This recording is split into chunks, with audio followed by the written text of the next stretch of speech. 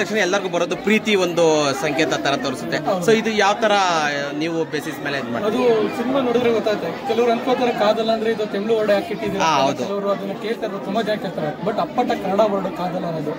Doctor V Nagendra Prasad ಒಂದು ಸಂವಾದದಲ್ಲೂ ಕೂಡ ಅದನ್ನ ಹೇಳಿರ್ತಾರೆ. ಕಾದಲ್ಲ ಅನ್ನೋದು ಅಪ್ಪಟ ಕನ್ನಡ ವರ್ಡ್ ಅಂತ. ಕಾದಲ್ಲ ಅನ್ನೋದ್ರೆ ಪ್ರೀತಿ, ಆ ಪ್ರೀತಿನೇ ನಾವು ಅದು ತೆಗಿತಾ ಇದೀವಿ. ಬಟ್ ಸಿನಿಮಾ ನೋಡಿದಾಗ ಕಾದಲ್ ಯಾಕೆ ಟೈಟ್ಲ್ ಇಟ್ಟಿದ್ದಾರೆ ಅಂತ ಗೊತ್ತಾಗುತ್ತೆ. ಇದು ಭಾವನೆಗಳ ಭಾಷೆಗೆ ಮೌನ ಎಂಬ ಲಿಪಿಯ ಪ್ರೇಮಿ, ಇದ್ರಲ್ಲೇ ಇದೆ ಆ ಕತೆ ಎಲ್ಲ. ಹಿರಿಯ ನಟರು ಯಾರು ಇದ್ದಾರೆ ಸರ್? ಪೋಷಕ ನಟರು ಆಲ್ಮೋಸ್ಟ್ ಎಲ್ಲ ಇದೆ. ನೆಕ್ಸ್ಟ್ ಪ್ರೆಸ್ ಮೀಟ್ ಅಲ್ಲಿ ಅದನ್ನ ಅನೌನ್ಸ್ ಮಾಡ್ತೀವಿ. ಆಲ್ರೆಡಿ ಅಭಿಜಿತ್ ಸರ್ ಎಲ್ಲ ನಿಮ್ಗೆ ಹೇಳಿದಿರ ಅದ್ರ ಬಗ್ಗೆ ಎಲ್ಲ. ನೆಕ್ಸ್ಟ್ ಪ್ರೆಸ್ ಮೀಟ್ ಅಲ್ಲಿ ಅದನ್ನ ಅನೌನ್ಸ್ ಮಾಡ್ತೀವಿ. ಓಕೆ ಸರ್, ಆಯ್ತು sir, all the best sir, ಬೇಗ ಬನ್ನಿ. Okay, thank you.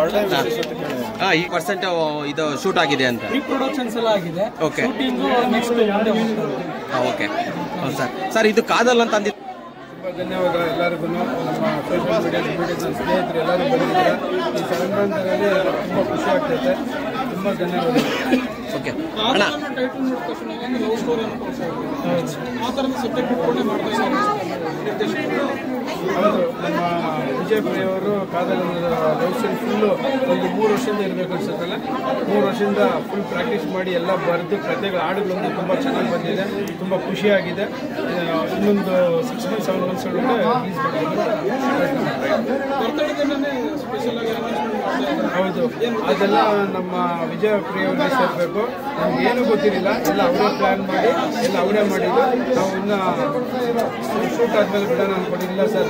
ಇವಾಗಿಂದ ನಮ್ಮದು ಶೂಟ್ ಆಗಿದೆ, ಇವಾಗಿಂದ ಸ್ಟಾರ್ಟ್ ಮಾಡೋದು. ನಾನು ಬೆಳಗ್ಗೆ ಬಂದು ಇದು ನೋಡುವಾಗ ಇಷ್ಟೆಲ್ಲ ಮಾಡಿದ್ದಾರೆ. ತುಂಬ ಖುಷಿ ಆಗ್ತದೆ. ನಮ್ಮ ಡೈರೆಕ್ಟರ್ಗೆ ಆರ್ಟಿಸ್ಟು ಡೈರೆಕ್ಟರ್ನ ಫೈನಲ್ ಮಾಡ್ತಾ ಇದ್ದೀನಿ.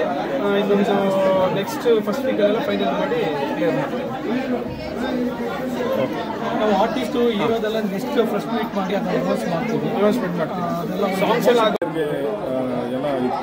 ಸರ್ ಏನಿಲ್ಲ, ನಮ್ಮ ಗೌರ್ಮೆಂಟ್ ಸ್ಕೂಲ್ ಮಕ್ಕಳಿಗೆಲ್ಲ ಟೇಬಲ್ಸ್ ಕೊಟ್ಟು ಚೇರ್ಸ್ ಎಲ್ಲ, ಆಮೇಲೆ ಬಡವರಿಗೆ ಕಂಬಳಿ, ಇವಾಗ ಚಳಿಗಾಲ ಅಲ್ಲ, ಕಂಬಳಿ ತರಿಸಿದ್ದೆ. ಆಮೇಲೆ ಮಕ್ಳಿಗೆ ಜಾಮೆಟ್ರಿ ಬಾಕ್ಸ್ ಎಲ್ಲ ವಿತರಣೆ ಮಾಡ್ತಾ ಇದ್ದೀನಿ. ನಮ್ಮ ಸ್ನೇಹಿತರು, ನನ್ನ ಊರು, ನನ್ನ ಕುಟುಂಬದವರು, ಆಮೇಲೆ ನನ್ನ ಊರಿನ ಜನ ನನಗೆ ತುಂಬ ಬೆಂಬಲವಾಗಿದ್ದಾರೆ. ನಾನು ಹೇಳ್ಬೇಕಂದ್ರೆ ನಾನು ಫಸ್ಟ್ ನನ್ನ ಸ್ನೇಹಿತರು ಮರೆಯೋಕ್ಕಾಗಲ್ಲ. ನಾನು ಚಿಕ್ಕ ವಯಸ್ಸಿಂದ ನನಗೆ ತುಂಬ ಸ್ನೇಹಿತರು ಸಖತ್ ಸಪೋರ್ಟ್ ಮಾಡಿದ್ದಾರೆ. ಅದರಲ್ಲಿ ಒಂದು ಫಸ್ಟ್ ಹೇಳ್ಬೇಕಂದ್ರೆ ನನ್ನ ಮಾಮಯ್ಯ ಗಣಿ ಅಂದ್ಬಿಟ್ಟು, ಡ್ಯಾನಿ, ರವಿ, ಶಿವು, ಸುಮಾರು ಜನ ಇದ್ದಾರೆ ನನ್ನ ಹಿಂದೆ. ಅವ್ರನ್ನ ಯಾವತ್ತೂ ನನ್ನ ಲೈಫಲ್ಲಿ ಮರೆಯೋಕ್ಕಾಗಲ್ಲ. Okay sir, thank you sir, thank you.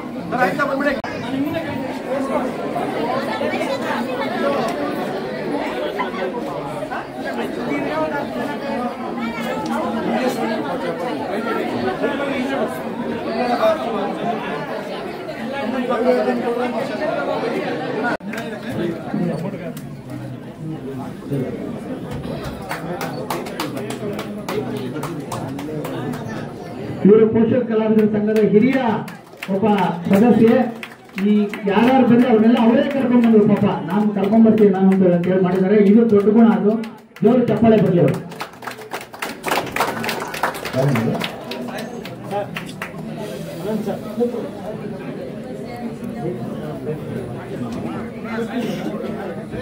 ಬಂದಾದ್ಮೇಲೆ ನನ್ನ ಹತ್ರ ಹೇಳಿದ್ ಹಿಂಗ್ ಮಾಡ್ಬೇಕಂತ ಕಲಾವಿದ್ರಿಗೆ ಮಾಡಿದೆ. ಎಲ್ಲೋ ಒಂದು ಜಾಗದಾಗ ಹೋಗಿದ್ರೆ ಒಂದು ದೊಡ್ಡ ಆಫೀಸರ್ ಹತ್ರ ಹೋದೆ, ಹತ್ಕೊಂಡ್ಬಿಟ್ರು. ನನ್ಗೆ ಇವತ್ತು ಒಂದು ಜ್ಞಾಪನ ಇದೆ. ನಾನು ಯಾವತ್ತೂ ನಿಮ್ ಜೊತೆಗಿರ್ತೀನಿ ಅಣ್ಣ, ಮರೆಯಲ್ಲ. ನಮ್ಮ ಈ ಅನಂತ ಬಗ್ಗೆ ಮಾತಾಡ್ಬೇಕು. ಇದು ಬಹಳ ಒಂಥರ ತೆರೆಮರೆ ವ್ಯಕ್ತಿ. ಅವ್ರಿಗೆ ಮನಸ್ಸು ಮಾಡಿದ್ರೆ ಏನ್ ಬೇಕೋ ಸಾಧನೆ ಮಾಡ್ಬೋದಾಗಿತ್ತು. ಅವ್ರಿಗೆ ಏನು ಬೇಡ ಸರ್, ನನ್ನ ಜೊತೆಲಿ ಸಹಾಯ ಆದ್ರೆ ನನಗಾದಂಗೆ ಅಂತ. ನಿಜವಾಗ್ಲೂ ವಂಡರ್ಫುಲ್. ಇದು ಬಹಳ ನಿಜ ಎತ್ತಿ ಹೇಳಲು ಸಾಕು.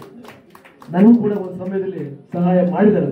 ಹಾಗಾಗಿ ಅದು ಹೇಳ್ಕೊಡಲ್ಲ ಅವರು. ಹಾಗಾಗಿ ಸಹಾಯ ಯಾರಿಗೆ ತೊಂದರೆ ಹೆಲ್ಪ್ ಆಗ್ಬೋದು ಮುಂದೆ ಇರುವಂತ ವ್ಯಕ್ತಿ. ನಿಮಗೂ ಅಷ್ಟೇ, ದೇವರು ಇನ್ನಷ್ಟು ಶಕ್ತಿ ಕೊಡಲಿ. ಚೆನ್ನಾಗಿರಿ. ಸಹಾಯ ಅಂದ್ರೆ ಇದೆಲ್ಲ ನಮ್ಮ ಯಜಮಾನರು ಅಂಬರೀಷ್ ಅವರಿಂದ ಕಲ್ತಿದ್ದು ನಾವು. ನಿಮಗೆ ಮತ್ತು ಅಂಬರೀಷ್ ಅವರಿಂದ ಕಲಿಯೋದನ್ನೆಲ್ಲ ಅವರು ಮಾಡಿರೋದ್ರಲ್ಲಿ ನಾವೇನೋ ಕಿಂಚಿತ್ತು. ಅವ್ರು ಹೇಳೋರು ಸಾಧ್ಯವಾದ್ರೆ ಒಳ್ಳೇದು ಮಾಡು, ಯಾರಿಗೂ ಕೆಟ್ಟದಂತೂ ಮಾಡಬೇಡ ಅಂತ ಹೇಳೋರು. ಅವರು ಹೇಳಿದ ಮಾರ್ಗದಲ್ಲಿ ನಾವು ಹಿಡಿತಾ ಇದೀವಿ ಅಷ್ಟೇ. ಇಡೀ ಚಿತ್ರರಂಗದಲ್ಲಿ ನಾವು ಅನ್ನ ತಿಂದಿದ್ದೀವಿ, ಅದಕ್ಕೆ ಚಿತ್ರರಂಗಕ್ಕೋಸ್ಕರ ದುಡಿತೀವಿ ಅಷ್ಟೇ.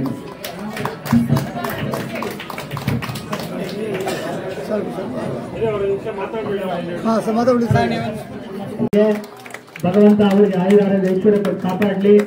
ಸುರೇಶ್ ಗೌಡರ ಬಹುದಿನಗಳ ಒಂದು ಆಸೆ ಏನಂದ್ರೆ ನಾವು ಕೇಳ್ಕೊಂಡಂಗೆ ಅವರು ಈ ಸರಿ ಒಂದು 5 ಜನಕ್ಕೆ ಕಲಾವಿದರಿಗೆ ಸಹಾಯ ಮಾಡ್ತಾ ಇದ್ದಾರೆ. ಮುಂದಿನ ದಿನಗಳಲ್ಲಿ ಇನ್ನೂ ಹೆಚ್ಚಿನ ದಿನಗಳಲ್ಲಿ ಜನಗಳಿಗೆ ಸಹಾಯ ಮಾಡುವಂತ ಶಕ್ತಿ ಭಗವಂತ ಅವ್ರು ಕೊಡ್ಲಿ ನಾನು ಕೇಳ್ಕೊಳ್ತಾ ಇದ್ದೀನಿ. ನೆಕ್ಸ್ಟ್ ಬಂದಾದ್ಮೇಲೆ ನನ್ನ ಹತ್ರ ಹೇಳಿದ್ ಹಿಂಗ್ ಮಾಡ್ಬೇಕಂತ ಕಲಾವಿದ್ರಿಗೆ ಮಾಡಿದೆ. ಎಲ್ಲೋ ಒಂದು ಜಾಗದಾಗ ಹೋಗಿದ್ರೆ ಒಂದು ದೊಡ್ಡ ಆಫೀಸರ್ ಹತ್ರ ಹೋದೆ, ಹತ್ಕೊಂಡ್ಬಿಟ್ರು. ನನ್ಗೆ ಇವತ್ತು ಅದು ಜ್ಞಾಪನ ಇದೆ. ನಾನು ಯಾವತ್ತೂ ನಿಮ್ ಜೊತೆಗೆ ಇರ್ತೀನಿ ಅಣ್ಣ, ಮರೆಯಲ್ಲ. ನಮ್ಮ ಈ ಅನಂತರ ಬಗ್ಗೆ ಮಾತಾಡ್ಬೇಕು. ಇದು ಬಹಳ ಒಂಥರ ತೆರೆಮರೆ ವ್ಯಕ್ತಿ. ಅವ್ರಿಗೆ ಮನಸ್ಸು ಮಾಡಿದ್ರೆ ಏನ್ ಬೇಕೋ ಸಾಧನೆ ಮಾಡ್ಬೋದಾಗಿತ್ತು. ಅವ್ರಿಗೆ ಏನು ಬೇಡ ಸರ್, ನನ್ನ ಜೊತೆಲಿರೋರಿಗೆ ಸಹಾಯ ಆದ್ರೆ ನನಗಾದಂಗೆ ಅಂತ. ನಿಜ ವಂಡರ್ಫುಲ್. ಇದು ಬಹಳ ನಿಜ ಎಷ್ಟು ಹೇಳಲು ಸಾಕು. ನನಗೂ ಕೂಡ ಒಂದು ಸಮಯದಲ್ಲಿ ಸಹಾಯ ಮಾಡಿದ್ದಾರೆ. ಹಾಗಾಗಿ ಅದು ಹೇಳ್ಕೊಡಲ್ಲ ಅವರು. ಹಾಗಾಗಿ ಸಹಾಯ ಯಾರಿಗೆ ತೊಂದರೆ ಹೆಲ್ಪ್ ಆಗ್ಬೋದು ಮುಂದೆ ಇರುವಂತ ವ್ಯಕ್ತಿ. ನಿಮಗೂ ಅಷ್ಟೇ, ದೇವರು ಇನ್ನಷ್ಟು ಶಕ್ತಿ ಕೊಡ್ಲಿ, ಚೆನ್ನಾಗಿರಿ. ಸಹಾಯ ಅಂದ್ರೆ ಇದೆಲ್ಲ ನಮ್ಮ ಯಜಮಾನರು ಅಂಬರೀಷ್ ಅವರಿಂದ ಕಲ್ತಿದ್ದು ನಾವು.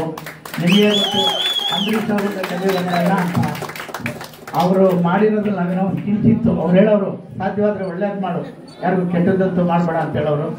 ಅವರು ಹೇಳಿದ ಮಾರ್ಗದಲ್ಲಿ ನಾವು ನಡೀತಾ ಇದೀವಿ ಅಷ್ಟೇ. ಇಡೀ ಚಿತ್ರರಂಗದಲ್ಲಿ ನಾವು ಅನ್ನ ತಿಂದಿದ್ದೀವಿ, ಅದಕ್ಕೆ ಚಿತ್ರರಂಗಕ್ಕೋಸ್ಕರ ದುಡಿತೀವಿ ಅಷ್ಟೇ.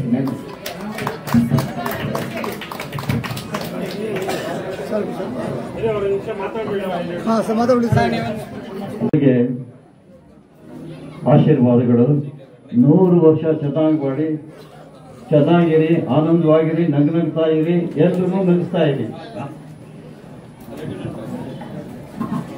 ಮನುಷ್ಯನ ಜೀವನ ಅಂತಂದ್ರೆ ಒಂದು ಪುಸ್ತಕ ಇದ್ದ ಹಾಗೆ. ಒಂದು ಪುಸ್ತಕ ಮೊದಲನೇ ಪುಟ ಬಂದು ಹುಟ್ಟು, ಕೊನೆ ಪುಟ ಬಂದು ಸಾವು. ಈ ಮಧ್ಯದಲ್ಲಿ ಬ್ಲ್ಯಾಂಕ್ ಇರುತ್ತೆ. ಅದರಲ್ಲಿ ನಾವು ನಮ್ಮ ಚರಿತ್ರೆ ಬರೀಬೇಕು. ಅದನ್ನ ನೋಡಿದವರು ಅದೇ ಈ ರೀತಿ ಬಾಳಿದ್ರ ನಾವು ಈ ರೀತಿ ಬಾಳ್ಬೇಕು ಅಂತ ಅನ್ಕೋಬೇಕು. ಆ ರೀತಿ ನಡ್ಕೋಬೇಕು. ದೈವ ಭಕ್ತಿ ಇರಬೇಕು, ಗುರು ಹಿರಿಯರ ಭಕ್ತಿ ಇರಬೇಕು, ತಂದೆ ತಾಯಿಯನ್ನ ಪ್ರೀತಿಸ್ಬೇಕು, ಬಂಧು ಬಳಗನ್ನ ಪ್ರೀತಿಸ್ಬೇಕು. ಯಾವತ್ತೂ ಅಹಂಕಾರ ಪಡಬಾರ್ದು. ನನಗೂ ರಾಜ್ಕುಮಾರ್ಗೂ ಸುಮಾರು 30 ವರ್ಷ ಸ್ನೇಹ. ಅವರು ಯಾವತ್ತೂ ನಾನು ದೊಡ್ಡವನು ಅಂತ ಅಂದ್ಕೊಂಡಿಲ್ಲ. ನಾವು ಒಂದೊಂದ್ಸರಿ ಏನಣ್ಣ ಹೇಗಂತೀರಿ ಅಂತಂದ್ರೆ, ಏನ್ರಿ ನನಗೇನು ಕೋಡಿದೆಯಲ್ಲ, ನಾನು ನಿಮ್ಮ ಹಾಗೆ, ನೀವು ಒಬ್ರು ನಟರು, ನಾವು ಒಬ್ರು ನಟರು, ಇದರಲ್ಲಿ ಅಹಂಕಾರ ಪಡೋದು ಏನೂ ಇಲ್ಲ ಅಂತ ಹೇಳಿದ್ರು. ಇದರಲ್ಲಿ ಕಲಿಬೇಕಾದ್ದು ಬೇಕಾದಷ್ಟಿದೆ.